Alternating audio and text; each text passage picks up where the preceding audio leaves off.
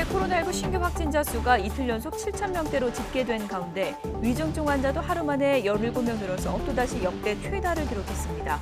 국내 오미크론 변이 감염자는 하루 새 22명 늘어서 모두 60명이 됐습니다. 정은경 질병청장은 특별 브리핑을 통해 소아청소년들의 백신 접종을 당부했습니다. 정 청장과 전문가들은 예방접종을 한 18세 이상의 확진자 발생률이 낮다며 백신 효과가 충분하다고 강조했습니다. 대선을 90일 앞두고 민주당 이재명 후보는 정당혁신추진위원회를 출범하며 국민 기대에 미치지 못한 점에 대해서 성찰하고 반성한다고 밝혔습니다. 잠시 뒤 이 후보는 감염병 대응기금 신설을 촉구하는 기자회견을 열고 정부의 적극적인 대응을 주문할 예정입니다. 국민의힘 윤석열 후보는 김대중 전 대통령 노벨 평화수상 기념식에 참석해 김 전 대통령의 가르침을 깊이 새기겠다며 국민통합의 의지를 밝혔습니다.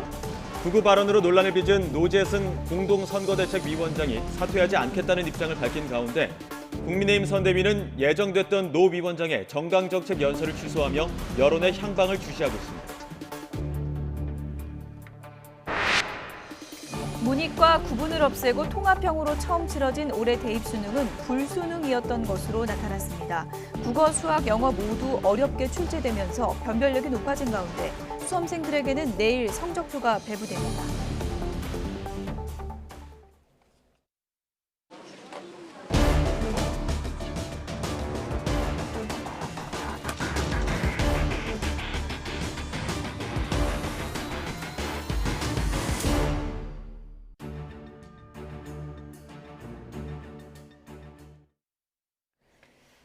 코로나 확산세가 거세지면서 신규 확진자는 이틀째 7,000명대를 기록했습니다. 위중증 환자도 800명대 중반으로 또 역대 최다를 경신했습니다. 취재기자 연결합니다. 신현준 기자. 네, 신현준입니다. 네, 자세한 신규 확진자 현황부터 전해주시죠. 네, 오늘 0시 기준 코로나19 신규 환자는 7,102명입니다. 전날보다는 73명 줄었지만 이틀째 7,000명대입니다. 지난 7월 초 시작된 4차 대유행이 5달 넘게 이어지고 있는데요. 이번 주부터 단계적 일상 회복을 잠시 중단하고 방역을 강화했지만 다음 주 중반은 돼야 효과가 나타날 것이라는 게 방역 당국의 판단입니다. 신규 환자의 감염 경로를 보면 국내 발생이 7,082명, 해외 유입 사례가 20명입니다. 국내 발생을 지역별로 보면 수도권에서만 5,418명, 전체의 76.5%의 환자가 나와 유행을 주도하고 있습니다. 위중증 환자는 전날보다 17명 늘어 857명으로 또 역대 최다를 기록했습니다. 이 중에 83.4%인 715명이 60살 이상 고령층입니다. 코로나19 관련 사망자는 57명 늘어 누적 4,077명입니다. 위중증 환자가 800명대로 올라서면서 병상 위기가 계속되고 있습니다. 어제 오후 5시 기준 수도권의 코로나19 중환자 병상 가동률은 85%로 사실상 포화 상태인데요. 806개 가운데 685개가 사용 중입니다. 지역별로는 서울이 88.4%이고 경기 81.1%, 인천 87.3%로 집계됐습니다. 중수본은 수도권 병상 배정이 어려울 때는 환자를 비수도권으로 옮기고 있지만 비수도권의 중환자 병상 가동률도 67.7%로 높은 상황이라고 밝혔습니다. 일반 병상도 사정이 좋지 않아 수도권에서 하루 이상 병상 배정을 기다리는 사람은 전날보다 143명 늘어 1,003명입니다. 이 중 나흘 이상 대기자는 302명입니다. 또 재택 치료를 하는 환자는 전국적으로 18,404명으로 하루 전보다 1,000여 명이 늘었습니다. 네, 지금 같은 확산세라면 연말에는 하루에 확진자가 10,000명을 넘는다 이런 예측이 나오고 있죠. 네, 중앙방역대책본부가 국회 보건복지위 국민의힘 서정숙 의원실에 제출한 단기 예측 결과 자료를 보면 유행이 악화할 경우 이달 말 신규 확진자는 8,000에서 9,000명대, 내년 1월 말에는 8,000에서 11,000명대가 될 것으로 내다봤습니다. 다만 유행이 현 수준을 유지하면 이달 말 신규 확진자 수는 6,700명에서 8,000여 명, 내년 1월 말에는 5,900명에서 8,400여 명이 될 것으로 전망했습니다. 국가수리과학연구소가 내놓은 예측은 규모가 더 큰데요. 연구소는 감염 재생산 지수가 1.28인 현 유행 상황이 지속하면 오는 15일엔 6,846명, 22일엔 8,729명, 31일엔 12,158명이 된다고 예상했습니다.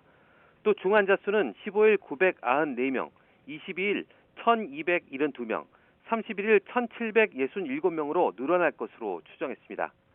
이와 관련해 손영래 중수본 사회전략반장은 어제와 그제 검사량이 60만 건 이상으로 검사가 상당히 많은 상태에서 확진자가 증가하는 추이라고 설명했습니다. 이어 전체적으로 유행 양상이 증가 추이지만 언제부터 상승폭 둔화와 정체가 나올지 관찰 중이라고 덧붙였습니다. 이어 추가적인 방역 강화가 필요할지, 한다면 시점은 언제가 될지 등도 다양한 의견을 들으면서 고민하고 있다고 강조했습니다. 지금까지 사회 2부에서 YTN 신현주입니다. 네, 오미크론 변이에 감염된 사람이 하루 만에 22명 늘어서 60명이 됐습니다. 확산세가 빨라진 가운데 오미크론 변이 확진자가 나온 서울 지역 대학들도 추가 감염 여부를 주시하고 있습니다. 자세한 소식 현장 취재기자 연결해 알아보겠습니다. 김철희 기자. 네, 서울대학교 앞에 나와 있습니다. 네, 대학가의 불안이 커질 것 같은데 현재 상황 어떻습니까? 네, 제가 나와 있는 서울대학교에서도 오미크론 감염자가 발생했는데요. 교내는 비교적 차분한 분위기였습니다. 서울대학교에서 처음 변이 확진자가 나온 것은 지난 7일입니다. 외국인 유학생 A씨가 지난달 28일 인천 미추홀구 교회를 다녀왔다가 감염됐고 이후 같은 기숙사에 사는 외국인 유학생 3명도 변이 감염 의심자로 분류됐습니다. 서울대학교는 확진 학생들이 대면 수업을 듣지 않은 만큼 비대면 수업 전환은 검토하고 있지 않다고 말했고요. 오늘부터 공과대학 앞에서 운영하던 신속검사소 위치만 확진자가 나온 기숙사 앞으로 옮겨 운영하고 있습니다. 앞서 한국외국어대학교와 경희대학교에서도 외국인 유학생 1명씩이 인천 미추홀구 교회 예배에 참석한 뒤 오미크론 변이에 확진되기도 했는데요. 방역당국은 학교가 일상적으로 운영될 수 있도록 교육계와 함께 최선을 다하겠다고 밝혔습니다. 네, 오미크론 확산세가 심상치가 않은 상황인데요. 국내 신규 감염자 모두 인천 미추홀구 교회와 관련이 있는 거죠? 네, 오늘 0시 기준 방역당국이 발표한 국내 오미크론 감염자 수는 22명이 늘어난 60명이었습니다. 이 가운데 국내 감염자 수도 16명이 늘어나 45명이 됐는데요. 국내 감염자 수 대부분 16명 가운데 7명이 교인이었고 나머지도 모두 교인 가족과 지인 등 교회 관련자들이었습니다. 해외 유입 사례도 6명이 늘어나 15명이 됐는데요. 추가된 사례는 남아프리카 공화국발 입국자 3명, 모잠비크발 입국자 2명, 에티오피아발 입국자 1명씩입니다. 변이 감염 의심 사례도 8명 추가돼 13명으로 늘었는데 인천 7명, 서울 1명으로 모두 인천 미추홀구 교회와 관련이 있습니다. 이처럼 지난달 28일 교회에서 열린 예배 프로그램 참석자들 가운데 잇따라 감염자가 나오면서 이미 변이 바이러스가 광범위하게 퍼진 것 아니냐는 우려도 제기됩니다. 방역당국은 변이 바이러스의 추가 유입을 막기 위해 오미크론 변이 발생국과 인접국 등을 대상으로 입국 제한 조치를 확대 시행하는 등 감염 확산에 총력을 기울이고 있습니다. 지금까지 서울대학교 앞에서 YTN 김철입니다. 비수도권의 코로나19 확진자도 1,600명대로 집계됐습니다. 경남과 전북에서는 역대 가장 많은 확진자가 나왔는데요. 현장에 나가 있는 취재기자 연결합니다. 양동훈 기자. 네, 대전시청광장 선별검사소에 나와 있습니다. 네, 지금 나가 있는 선별검사소 분위기는 어떻습니까? 네, 이곳 선별검사소에는 코로나19 검사를 받으러 오는 시민들이 계속 모여들고 있습니다. 이곳 검사소는 오전 10시부터 검사를 시작했는데요. 오전에 긴 줄을 섰던 것과는 달리 지금은 조금 여유가 생긴 모습입니다. 어제 대전에서는 하루 동안 167명이 새로 확진 판정을 받았습니다. 6일 연속 세 자릿수 확진자가 나왔고 최근 일주일 평균 확진자 수만 134명에 달합니다. 대전은 특히 요양시설 감염 상황이 심각한데요. 지금까지 모두 7곳에서 집단 감염이 발생했습니다. 이 요양시설들에서는 어제 하루에만 22명이 추가로 확진되면서 지금까지 나온 누적 확진자가 348명에 달합니다. 요양시설의 특성상 70대 이상 고령층 감염이 많고 상당수는 돌파 감염인 거로 확인됐습니다. 요양시설 이외에도 여러 곳에서 집단 감염이 발생하고 있는데요. 대덕구에 있는 교회에서 3명이 추가 확진돼 누적 확진자가 15명으로 늘었고 서구와 대덕구의 중학교 집단 감염도 이어지고 있습니다.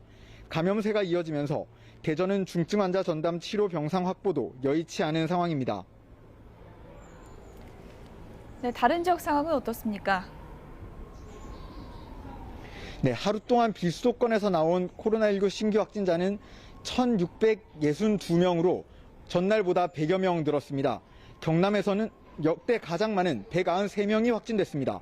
양산과 함안에서 목욕탕 관련 집단 감염이 이어졌고 창원과 김해에서는 가족이나 지인 간 접촉을 통한 확산세가 두드러지고 있습니다. 전북에서도 집계 이래 최고치인 125명이 확진됐습니다. 비수도권에서 가장 많은 확진자가 나온 부산에서는 모두 252명이 양성 판정을 받았습니다. 강서구 의료기관, 동래구 초등학교, 북구 실내 체육시설에서 새 집단 감염 사례가 발생했습니다. 충남에서는 모두 208명이 확진됐는데요. 홍성에 있는 목욕탕에서 시작돼 인근 요양시설로 번진 집단 감염에서는 10명이 더 양성 판정을 받아 모두 71명이 확진됐습니다. 이외에 경북, 강원, 전북에서도 세 자릿수 확진자가 나왔습니다. 전문가들은 다음 주엔 확진자 수가 10,000명을 넘을 수 있다며 우려하는 목소리를 내비쳤습니다. 방역당국은 급격한 확산세를 진정시키기 위해 기본 방역 수칙을 철저히 지켜달라고 강조하고 있습니다. 지금까지 대전시청 선별검사소에서 YTN 양동훈입니다. 코로나19 중환자 병상 부족 사태를 해결하기 위해 체육관 등의 대규모 임시 중환자 병상을 마련해야 한다는 전문가들의 제안이 나온 데 대해 정부는 의료진을 생각하면 부적절하다는 입장을 밝혔습니다. 손영래 보건복지부 중앙사고수습본부 사회전략반장은 의료기관의 중환자실은 밀폐된 시설에서 감염 관리를 철저히 하면서 모든 의료적 환경을 최적으로 맞추고 환자를 관리하는 첨단 시설이라며 체육관이나 야외 천막에 그런 관리를 하는 것은 어렵다고 설명했습니다. 국민의힘 윤석열 후보가 김대중 노벨 평화상 수상 21주년 기념식에 참석하며 국민 통합 행보를 이어갔습니다. 행사 이후 브리핑이 있었는데요. 조금 전 발언 직접 들어보겠습니다. 뭐 우리 덕담하고 자주 봤습니다. 요새 각종 그 포럼 기조연설 이런 데서 또 뭐 더 가까이 가요. 후보님 노승재 위원장이 오후에 정강정책 발표 연설이 취소가 됐거든요. 네. 어떻게 좀 거치가 결정이 된 걸로 봐야 됩니까? 글쎄 오늘 하루 좀 지켜보십시오. 네. 김대중 대통령의 시대 정신이 IMF 극복과 성숙한 민주주의 정착이었다면 이번 대선의 시대 정신은 뭐라고 생각하시나요? 시대 정신이라는 것은 그때그때 그 국민들이 정하는 거 아니겠습니까? 정한다기보다 국민들 사이에서 공감을 하는 것이 이제 시대 정신인데 당연히 공정이라는 것이 하나로 하면 공정이라는 것이 시대 정신 아니겠나 싶습니다. 네. 어제 그 추경이 우리 당의 입장이라고 하신 데 대해서 후보님은 손실보상 90조를 위해서 좀 최대한 빨리 추경이 필요하다고 보신 거죠? 그렇습니다. 네. 후보님, 김종인 위원장님이 코로나 손실보상 100조 얘기를 하고 있거든요. 이 부분에 대해서는 좀 어떻게 보내십니까? 50조는 제가 이제 공약으로 차기 정부를 맡게 되면 즉각적으로 그 50조라는 것이 이제 피해 보상하고 그다음에 그 대출하는 데 들어가는 그 보증기금 수수료 그게 이제 5조면은 한 50조 정도의 그 대출 자원을 만들어낼 수 있습니다.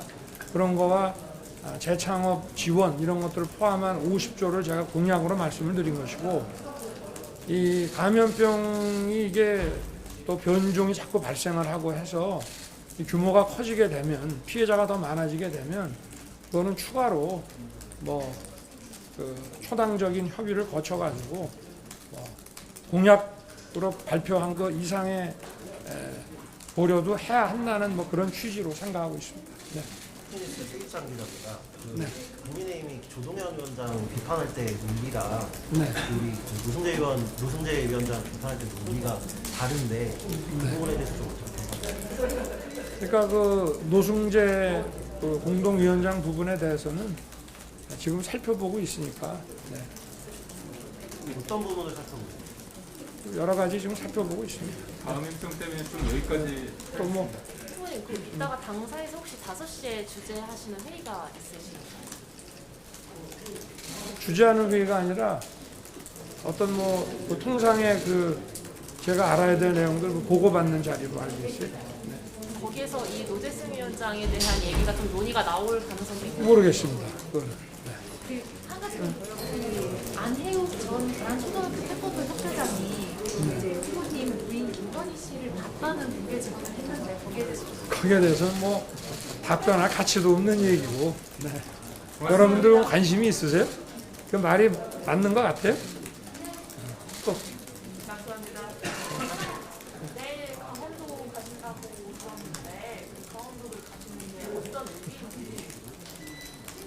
뭐 강원도는 또 뭐 제 외가일 뿐 아니라 강원도를 그 제대로 한번 방문을 못했습니다. 정치를 시작하고 그래서 그리고 또 토요일 날 춘천에서 선대위 출범식이 있기 때문에 여러 가지 일정들을 고려해서 계획을 하고 있는데 모르겠어요. 아직 코로나 사태 때문에 좀 여러 가지 다시 검토를 좀 해봐야 될 것 같습니다. 고맙습니다. 일정 때문에 좀 고맙습니다. 그래요? 수고들 하십시오.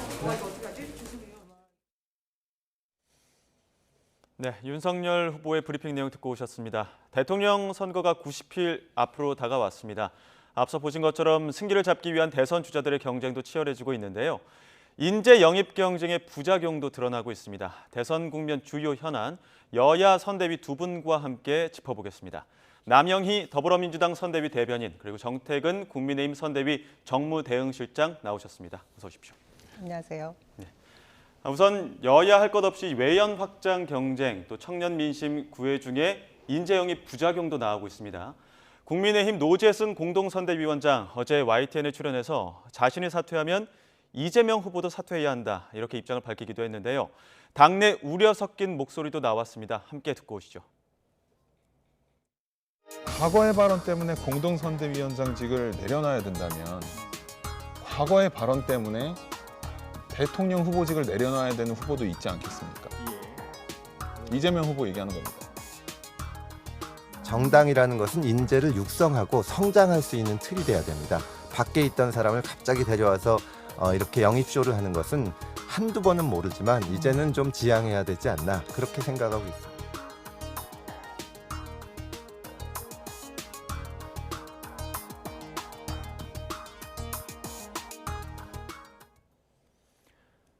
네, 노재승 국민의힘 공동선대위원장, 과거의 발언을 문제 삼으려면 이재명 후보도 피할 수 없다, 이런 취지의 이야기를 했는데 민주당 입장에서 어떻게 보셨습니까?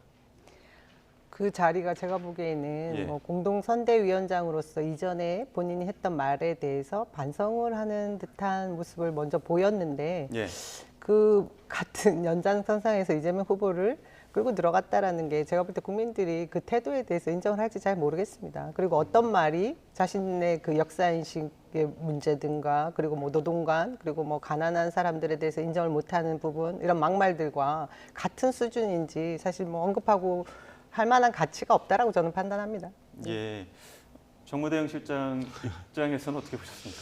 정치인들이 사과를 할 때는요, 사실은 군더더기 없이 말끔히 사과를 해야 됩니다. 그러니까 물론 이재명 후보가 과거에 예를 들면 뭐 민주화 운동으로 투옥된 것도 전과라는 둥, 뭐 또 형수욕설 이런 게 있었던 것도 사실입니다만, 지금 문제가 된 것은 본인의 발언에 문제가 된 거거든요. 그러면 아주 깨끗하게 사과를 했었어야 되는 것이고, 지금 선대위 차원에서는 상당히 좀 심각하게 보고 있습니다. 그래서 이제 지금 조금 있다가 원래 3시 40분에 정강정책 그 연설을 어제 녹화를 했었어요. 예. 그래서 이미 편성이 돼 있는데 지금 선대위가 요청을 해가지고 정강정책 연설은 취소가 됐습니다. 예. 그래서 아마 오늘 중으로는 뭐 제 바람이기도 합니다만 제 느낌으로는 거치 문제가 정리가 되지 않겠는가, 이런 생각을 해봅니다.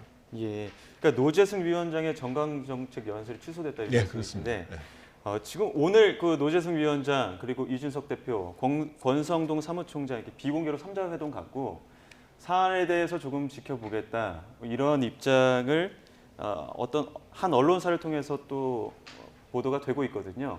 결국에는 정면 돌파하겠다, 이런 입장으로 보이는데 어떻게 보고 계십니까? 그렇지 않습니다. 그러니까 3자 회동이 있었는지는 정확히 모르겠습니다만 뭐 저 개인적인 생각입니다만 지금 이제 그 실수라는 측면에서 받아들일 수 있는 것하고 예. 발언의 일부 내용 중에서 보면 예를 들면 5.18 문제를 거론한 거는 지금 후보께서는 5.18을 헌법 전문에 반영해야 된다라는 정도의 얘기를 하셨는데 이게 당연히 이제 그 진정성을 의심받을 수 있는 문제가 있고 더더군다나 이제 김구 선생님 말씀을 하신 거와 관련해서는 우리 이제 애국 선열들에 대한 상당한 잘못된 모독을 할 수 있는 내용들이어가지고 일부 내용들이 과연 그 유권자들, 국민 여러분들이 그냥 실수로 받아들일 수 있는가? 근데 이제 다른 직책도 아니고 이제 선거대책위원회의 공동선거대책위원장이거든요. 예. 그러면 이제 그것은 이제 우리 선거 캠페인의 얼굴과 같은 역할을 하는 거예요. 그래서 지금 이 문제를 그 선대위 차원에서는 굉장히 지금 심각하게 논의를 하고 있는 것이고. 저 개인적인 바람은 뭐 오래 끌지 않는 것이 바람직하다고 봅니다. 예. 그 당내에서도 조금 이견이 나오는 것 같은데 뭐 첨언하실 내용 있습니까? 저는 우리 그 정무 대응 실장님께서 이 사태에 대한 그 문제점을 너무나 잘 알고 계신데도 불구하고 예. 사실 지금 굉장히 길게 끌어오고 있습니다. 예. 이 부분에 대해서 저희는 과연 이 노재승 씨를 영입한 사람 그리고 뭐 인선한 사람이 도대체 누구길래 이렇게 빨리 정리하지를 못하나 이 부분에 대해서 굉장히 문제점이 있다고 생각하거든요.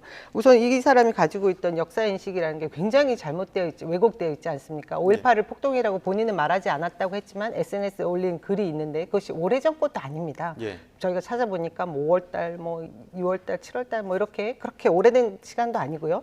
김구 선생님 대해서 살인자 뭐 이런 식으로 표현했던 부분도 이것은 저희가 볼 때 뭐 일배 수준의 그런 왜곡된 역사인식을 분명히 나타내고 있고요. 그리고 정규직이 완전히 철폐해야 된다. 그런 대통령을 뽑고 싶다. 이런 말씀을 하셨는데 저는 이것도 윤석열 후보가 가지고 있는 지난번에 어딘가 간담회 때 말씀하셨죠. 예. 비정규직도 뭐 임금이 똑같다고 하면 정규직하고 차이 날 게 없으니 뭐 문제 없다라는 발언하고 일맥상통하지 않느냐.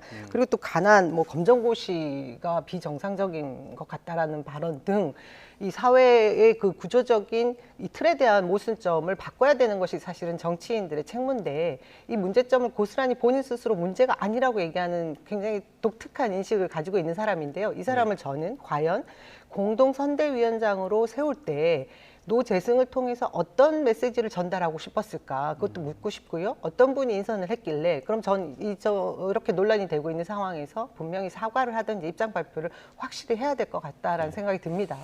입장을 확실히 해야 된다 말씀해 주셨고 또 정무실장님께서는 이 사안을 따끔하게 봐야 된다 이런 입장을 또 밝혀주셨습니다. 근데 앞서 지금 윤석열 후보 같은 경우에 기자들 브리핑에서 이번 노재승 위원장의 처분에 대해서 어떻게 생각하느냐는 질문에 조금 더 지켜봐야 된다 이런 입장을 또 밝혔거든요.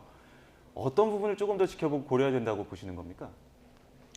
지금 후보께서는 지금 전체적으로 노재승 위원장이 어떤 발언을 했는지에 대해서 다 알고 있지는 못하신 것 같아요. 예. 그리고 일단 선대위 내부 여러 군데에서 지금 의견들이 지금 올라가고 있는 상황이고 제가 조금 전에 말씀드렸던 것처럼 예를 들면 저처럼 상황을 굉장히 심각하게 보고 있는 부분들이 이제 계속 종합되지 않겠습니까? 그래서 예.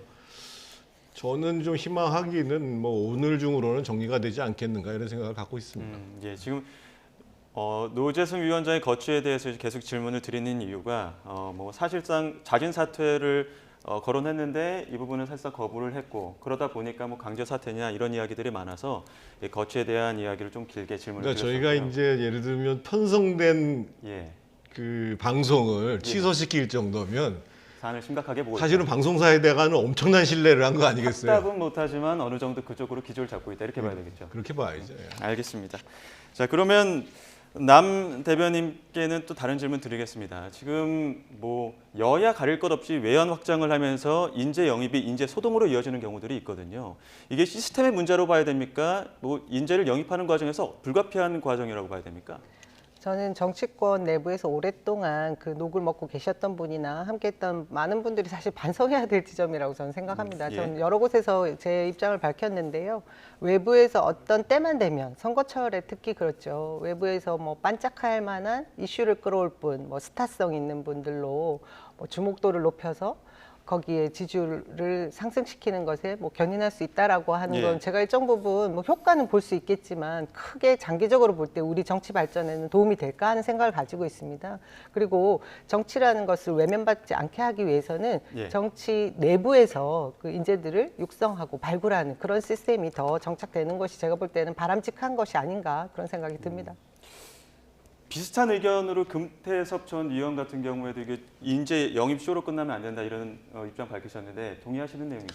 양 측면이 다 있습니다. 지금 그 시대가 굉장히 급속하게 변하고 있기 때문에 예. 사실은 기존 정치권이 변화하는 사회를 반영하는 그런 인재들을 적극적으로 수용할 수 있는 개방성이 있어야 되는 건 맞거든요. 다만 이게 이제 정당이기 때문에 정부에서 인사를 하는 것처럼 검증을 하는데 한계가 존재를 하는 것이죠. 그래서 앞으로는 이 선거 막바지에 와가지고 이런 큰 일이 벌어질 때에 영입을 하는 것이 아니라 평소에 충분히 검증도 하고 또 시간도 좀 두고 이런 과정을 통해서 거칠 필요가 있는 것이고 예. 또 한 가지 지금 우리 남 대변인이 말씀하신 것처럼 자체적으로 인재들을 계속 육성해 나가는 시스템은 동시에 충분하게 발전시켜 나가야죠. 네, 민주당 이야기도 좀 해봐야 될 것 같습니다. 이재명 후보 오늘 또 발언이 있었는데 당 혁신기구 출범식에서 민주당이 느려지고 또 기득권 세력이 되고 있다 이런 자기 반성을 또 내놨습니다.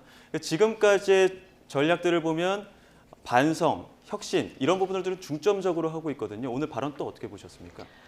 일반적으로 우리 국민들께서 민주당에 가는 그런 민심들, 그것이 예. 저는 정당 지지율로 지금 나타나고 있다고 보는데요. 예. 그 부분에서는 굉장히 빠르게 기득권화된 것이 아닌가 이런 문제점을 가지고 있는 것 같습니다. 저희가 이번 정부가 탄생할 때 촛불 정부, 뭐 탄핵 의 강을 건너면서 촛불 정부로 세운 그런 정부면서 개혁 과제들을 많은 분들이 요구를 했지 않습니까? 특히나 굉장히 뭐 많은 국민들이 소란스럽게만 생각했던 것이 완결을 짓지 못했던 뭐 검찰 개혁이라든지 예. 언론 개혁이라든지 뭐 이런 다양한 시대적 요구, 국민들의 요구에 대해서 빠르게 순응하지 못했던 부분도 분명히 지적돼야 될 것 같고요. 예. 그에 더불어서 그것은 결국은 인적 자원들의 문제인데 정당 내부에 구성하고 있는 많은 그 구조적인 문제에 포함되어 있는 것이 있지 않나 이런 것을 지적한 것이라고 봐지고요. 이번에 이제 초선 그리고 뭐 젊은 청년 많은 분들이 모여서 정당 혁신을 하자 뭐 이런 목소리를 내면서 이 안에 아까 우리 사회자님께서 말씀해 주신 것처럼 반성이 들어가 있는 것이고요. 성찰을 통해서 정확한 진단을 하고 그 민심에 즉각 부응하자라는 네. 것입니다. 그 안에는 제가 볼 때 한 지역에 계속해서 3선까지 그 이상은 하지 못하게 하는 제도도 만들고 그리고 뭐 면책 특권들을 또 없애자 뭐 이런 등의 다양한 정당 혁신 내용들을 포함하고 있습니다. 예, 지금 내부적으로는 뭐 내부 목소리도 나오고 혁신 목소리도 나오고 있는데 민주당의 선거운동을 지금 살펴보면 민주당은 보이지 않고 이재명만 보인다 이런 분석들도 나오고 있거든요. 이 부분에 대해서 어떻게 보세요? 지금 윤석열 후보 측엔 스피커가 꽤 있거든요. 그 이제 저는 한 두 가지로 볼 수 있을 것 같은데요. 예. 첫 번째는 우리 이재명 후보의 자질, 능력이 너무 출중하십니다, 사실. 그 어떤 탤런트 같은 뭐 국회의원들이나 대단한 분들이 와도 이재명 후보만큼의 지금 제대로 된 목소리를 내시거나 그리고 뭐 즉각적인 대응 그런 뭐 현실에 돌파할 수 있는 정책 대안 내지는 뭐 문제점을 뭐 해결해낼 만한 그런 내용이 들어있는 목소리를 빠르게 내시는 분들이 사실 없어요. 제가 보니까 우리 이재명 후보의 그동안의 그 실력, 실천, 뭐 실적 예. 이것들이 이 안에 이분의 능력으로 지금 발현되는 것이기 때문에 다른 분들은 잘 안 보인다. 그것이 예. 있고요. 또 하나는 아까 말씀하신 대로 뭐 민주당이 조금 기득권화된 것이 있지 않느냐 이런 얘기들이 있는데요. 사실 그 선대위가 횡적 구조로 다선 위주의 뭐 그런 구성원이 되고 나서 실질적으로 열심히 일할 수 있는 사람을 다 포함하지 못했던 선대위 구성의 문제점이 있었습니다. 근데 지금 그것을 개편하고 슬림화하면서 조금씩 움직이고 있고요. 그리고 제가 얘기 들어보니까 일단 바닥에 민심이 조금씩 움직이는데 지역위원장이라고 할 수 있는 의원들과 원외위원장들이 이제 현장으로 가서 조금씩 부딪히고 있는데 이 선거 기간이라는 것이 선거 운동이 시작되는 네. 공식 선거 기간쯤에 가야 사실 굉장히 달아오르는 것이고요. 지금은 네. 그 기초 작업은 시작하고 있고 시작했다라고 보시면 될 것 같습니다. 국민의힘 측에서는 어떻습니까? 민주당은 안 보이고 후보만 보인다 이런 두 입장이에요. 가지를 말씀드리겠습니다만 일단 후보만 보이는 것은 물론 대통령 선거 때는 한 90%는 후보하는 거 맞습니다. 네. 그런데 지금 나머지 10%를 채워가는 과정들이 왜 중요하냐면요. 아무리 훌륭한 지도자가 나와도 현대 정부에서 대통령이 모든 걸 다 할 수가 없습니다. 기본적으로 집단적이고 민주적인 리더십들을 보여줘야 되고 그것이 사실은 선거 캠페인 과정 속에서 그대로 드러나야 되는 것인데 지금 그러지 못한다는 측면에서 굉장히 우려스러운 것이고 또 한 가지 앞서 이제 이재명 후보가 사과를 하는 건 좋습니다. 그런데 거기에 그 진정성이 따르느냐의 문제를 제기하지 않을 수가 없는데 무슨 말씀이냐면 예를 들면 민주당이 기득권화됐다라고 얘기를 하면 지금도 계속 정권 말기인데 계속 낙하산 공직을 임명을 시켜요. 예.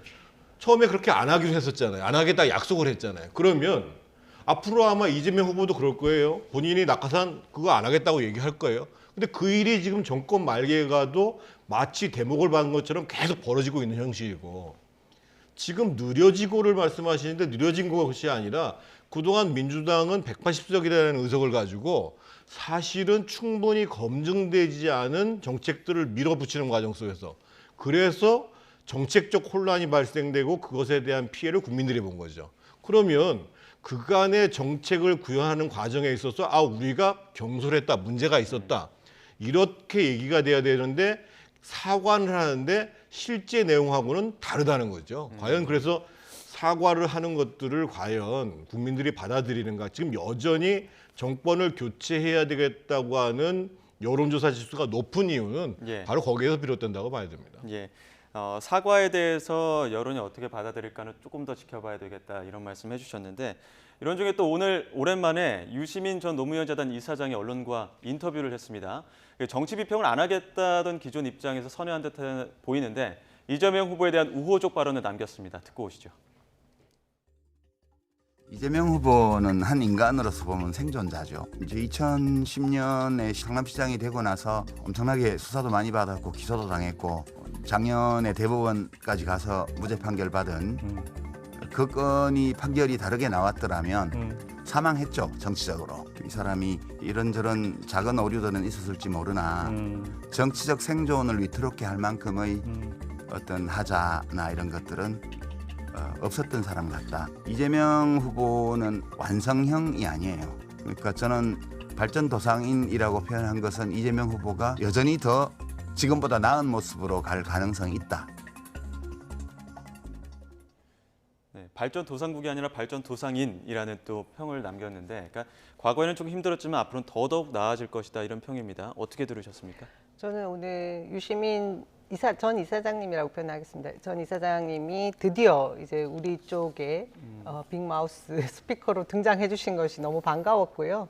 사실 뭐 천군만마를 얻은 기분이었습니다. 왜냐하면 일단 국민의힘에는 아까도 말씀하셨지만 우리 쪽에서는 이재명 후보 한 명만 보인다라고 말씀하실 정도로 이재명 후보 혼자서 너무 열심히 뛰셨거든요.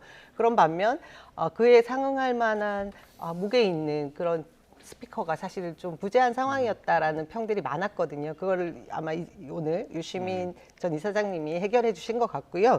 그리고 오늘 말씀하신 내용들은 사실 저도 같이 늘 똑같이 생각하는 부분입니다. 다른 것보다 변방의 장수였고 비주류가 주류가 되는 과정 동안 그 살아온 과정에서의 그 상처 많은 부분들이 사실은 발전하고 진화되어 와서 앞으로 더 기대를 해도 될 사람이다라는 그 이재명에 대한 규정을 확실하게 해주셨거든요. 그리고 이전에 많은 우리 정부에서 탄생했던 대통령 후보들은 그 지지자 그룹에서 부채의식을 갖고 있거나 뭐 이런 식으로 그 애정 관계를 뭐 이렇게 관계 설정을 했다고 하면 이재명 후보에게는 나의 미래를 맡겨도 될 만한 믿음직한 일할 사람이라는 거에 대한 평가로 좀 다른 관계 설정을 했다라는 부분도 규정해 주셨거든요. 그래서 굉장히 저는 유시민 전 이사장님의 활약상이 기대가 되고요. 우리 쪽에 굉장히 좋은 분이 스피커로 활동해 주실 거라고 생각합니다. 네, 지금까지의 침묵을 깨고 또 정치적인 평을 했기 때문에 앞으로 또 어떤 평을 통해서 여론이 움직일지는 지켜봐야 될 것 같고요. 이쯤에서 어제 오늘 발표된 여론조사 보면서 여론 추이를 좀 살펴보도록 하겠습니다. 한국갤럽은 이재명, 윤석열 후보 지금 36.3% 대 36.4% 초접전이고요.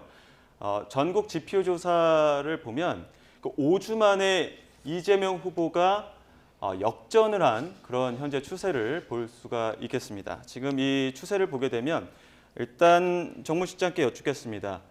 5주 만에 이재명 후보가 역전을 한 그 여론조사 그 지표가 나왔거든요. 이 부분 어떻게 해석할 수 있을까요? 이번 주 여론조사가 그 3개가 나왔습니다. 이제 주초에 리얼미터 조사가 나왔고 어제 갤럽 조사가 나왔고 지금 예. 4기관이한 MBS가 나왔는데 그 지금 이제 리얼미터 조사 같은 경우는 이제 오차 범위를 넘어서 윤석열 후보가 앞서는 걸로 나와 있고 예. 어제 갤럽 조사는 같은 퍼센테이지로 나와 있고 예. 오늘 MBS 조사는 이재명 후보가 5%가 상승하고 윤석열 후보가 2%가 상승하는 결과가 나왔습니다. 그래서 지금 뚜렷한 추세는 하나는 뭐냐면 윤석열 후보가 이제 하락을 멈췄다라는 게 한 가지 있고 그리고 완만하지만 이재명 후보는 약간 이 회복 기세에 있다. 예. 이런 것은 분명한 것 같고 예. 다만 저희들이 볼 때 굉장히 중요하게 보는 것은 그러면 실제로 지금 유권자들이 이번 선거와 관련해서 정권을 교체하는 데 더 많은 퍼센테이지를 갖고 있냐 예. 아니면 현 정권이 연장선상에 있는 것을 많이 놓고 보고 있느냐 이 측면에 있어서는 여전히 50대 중반 이상으로 정권 교체가 돼야 된다라는 퍼센테이지를 많이 갖고 있고 그럼에도 불구하고 그동안에 이제 국민의힘과 윤석열 후보가 그것을 다 가져오지 못했다고 한다면 지금부터라도 이제 이번 주에 선대위가 발족을 하고 그동안에 있었던 여러 가지 난맥상들을 정리를 했으니까 그 정권 교체를 바라는 이 지지 열기들을 다 담아올 수 있는 그런 캠페인을 전개하는 것이 중요한 문제죠. 예, 그러니까 정권 교체에 대한 여론은 여전히 우세하기 때문에 이 부분이 하나로 모이게 되면 다시 또 거리를 벌릴 것이다. 이런 입장이신데요. 이번 여론조사에 또 눈에 띄는 게 20대 투표층입니다. 20대 투표층에서 이재명 후보가 윤석열 후보를 역전했습니다. 이 부분에 대해서도 해석할 여지가 있을 것 같은데 남 대변인 어떻게 보십니까? 이 여론조사의 추이를 전체적으로 보자면 저는 이게 선대위 구성의 문제점을 그대로 내포하고 있는 것 같아요. 지난 저희가 처음에 이재명 후보가 결정되고 이른바 뭐 매머드급 선대위가 구성된 이후에 너무 안 움직인다 하면서 지지율이 소폭 하락을 했던 적이 있거든요. 예. 그런데 그 윤석열 후보는 그에 반해서 사실 후보로 결정되고 그 다음 주까지 제가 볼 때는 최정점을 찍었다고 볼 수 있습니다. 그래서 하락폭을 따져보면 사실 윤석열 후보의 하락폭이 굉장히 컸죠. 네. 그것은 선대위 구성 과정에 있어서 굉장히 심각하게 시끄러웠던 한 달이 지금 반영된 것 같고요. 예. 결국은 또 그것을 이제 뭐 봉합 수준으로 김종인 위원장을 모셔오고 이준석 대표가 다시 나타나고 뭐 우리가 돌아온 네네. 삼김이라고 얘기하는 예. 김병준, 김한길, 뭐 김종인 이런 분들이 다 모여주셨지만 결국은 이 지지율에는 뭐 특별한 영향이 없는 것 같다라는 게 보여지고요. 지금 말씀하신 대로 20대에 대한 부분은 저는 그런 것 같습니다. 이재명 후보가 계속해서 소통을 정말 열심히 하고 계신데요. 20대들이 그동안 공정의 가치에 대해서 윤석열 후보를 통해서 그리고 이준석 대표를 통해서 자신들이 생각했던 공정이라고 했던 그 가치가 사실 예. 좀 무너지고 있는 것을 확인하고 있는 순간 같고요. 또 좋은 예. 점으로 보면 이재명 후보가 열심히 듣고 있고 그리고 자신들과 만나는 그 대학가에서의 간담회나 토론회를 굉장히 많이 열고 있거든요. 그 활발한 과정 속에서 앞으로 내 그 미래를 맡길 수 있겠구나. 이건 뭐 제가 볼 때는 이념과도 상관이 없는 것 같습니다. 정말 예. 내 앞으로의 삶에 도움이 될 만한 사람으로 인정하고 있다.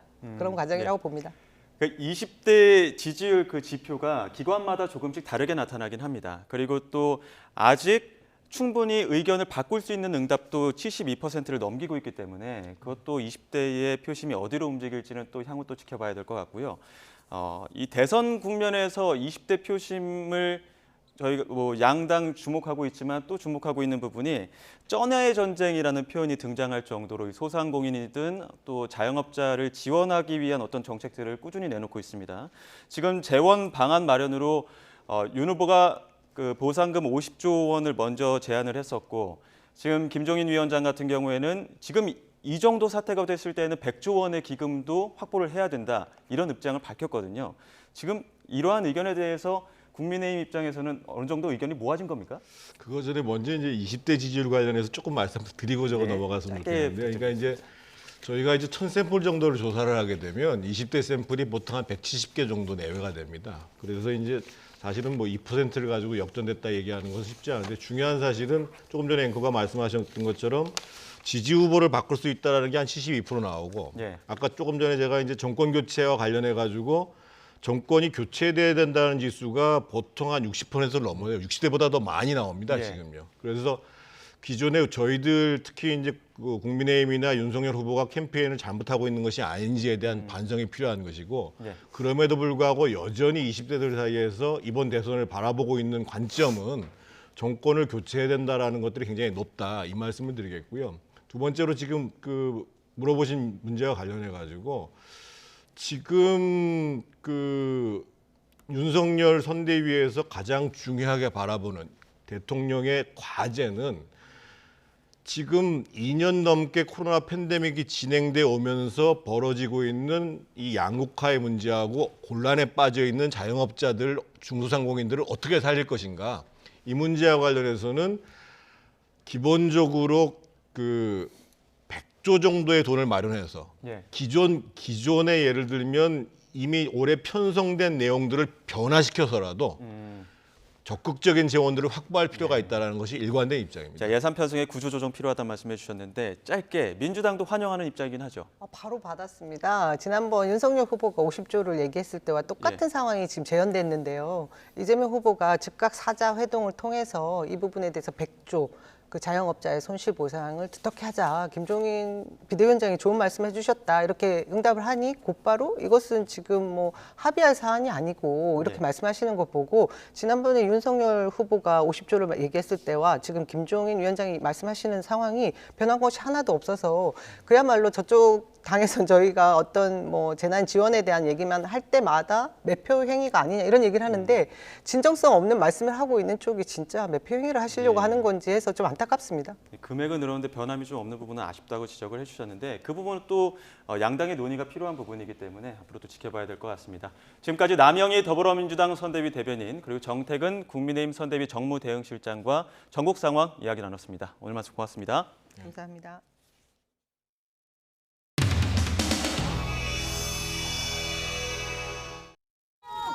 어디요? 저희 별 모형. 별이요? 스타. 우리 후보가 스타니까. 별은 어려운데. 목숨이 걸린 거네. 전님이 죽었어요. 이게 원래 구멍을 이렇게 딱딱. 깨져. 왜 깨진 거 좀 보여주세요.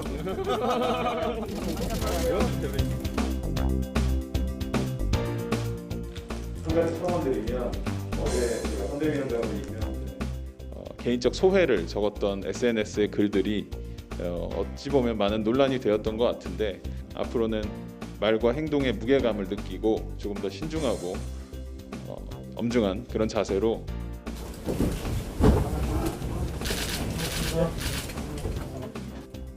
5.18은 민주주의 헌법 정신을 피로 지킨 선거입니다.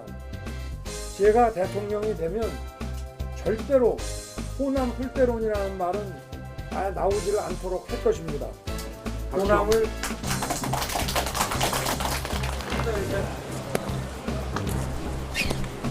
민주당에서 노재승 씨 관련된 비판이 이어지고 있는데요. 노재승 위원장 관련된 지금 좀 전반적으로 좀 한번 쭉 보고 있는 것 같습니다. 그렇게 들었습니다, 아침에. 김준호 국가 좀 늦게 났다고 사람치기 민간 이런 게. 그래서 지금 선대위에서 그 얘기들을 쭉 검토를 하고 있다고 제가 지금 막 들었습니다. 거리 요새 같이 공동으로 주차를 했는데요. 두 분 현장 같이 다녀보신 거죠? 이제 기성세대들은 생각이 고착화돼 있잖아요. 그리고 어느 정도 나이가 되면 자기 말에 대한 책임을 져야 됩니다. 노재승 씨는 사실 2030 젊은 세대입니다. 젊을 때는 생각이 한쪽으로 좀 깊게 쏠릴 수도 있고 사람이 아름다운 건 변화의 가능성 때문이다라는 얘기가 있잖아요. 그러니까 그분이 뭐 80대 중반인데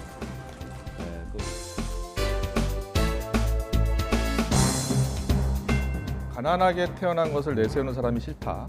열등감, 양아치를 뽑을 수 없다. 사퇴라든지 관련해서 혹시 이야기를 나누신 적 있습니까? 과거의 발언 때문에 공동선대위원장직을 내려놔야 된다면 과거의 발언 때문에 대통령 후보직을 내려놔야 되는 후보도 있지 않겠습니까? 예. 이재명 후보 얘기하는 겁니다. 예. 그러니까 과거 발언으로 그 발언들을 지금 혹시 후회하지는 않으세요? 후회가 안 된다면 거짓말이겠죠. 만약에 제가 과거에 저한테 가서 얘기를 해줄 수 있다면 재승아, 너는 2021년 12월에 국민의힘의 선대위원장이 되니까 발언 좀 조심하자, 이렇게 얘기해주고 싶습니다.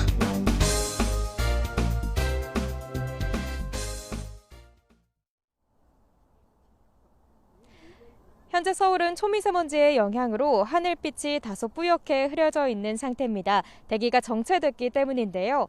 내일도 중서부 지방을 중심으로 대기가 탁할 것으로 보여 주의가 필요하겠습니다.